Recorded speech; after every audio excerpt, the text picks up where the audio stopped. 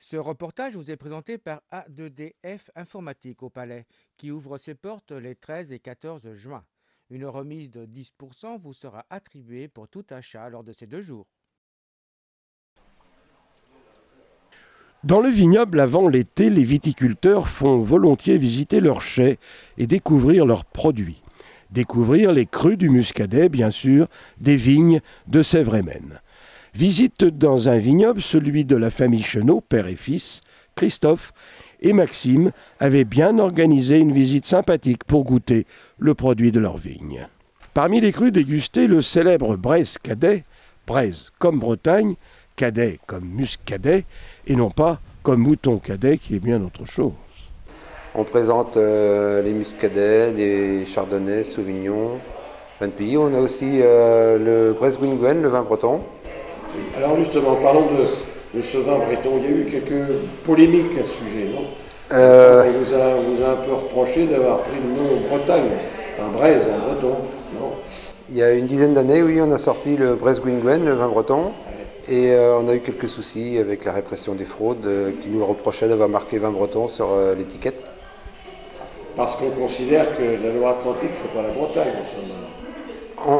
On peut penser ça. Nous, on a toujours été des fervents défenseurs de la Loire-Atlantique en Bretagne. On est en Bretagne historique.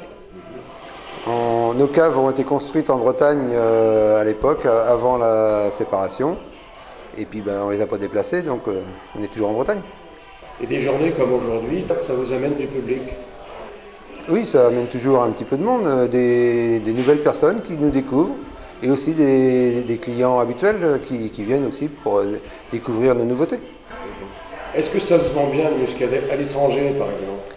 Depuis 2 ans maintenant que mon fils est sur l'exploitation, il a commencé à développer l'export. Donc on vend actuellement du vin en Angleterre et aux États-Unis. Le 2013 est très bon en qualité. On a eu une médaille à Paris, une médaille à Lyon. Notre jus de raisin a été récompensé même au niveau communal. Après, pour l'année 2014, on en est loin encore de la récolte.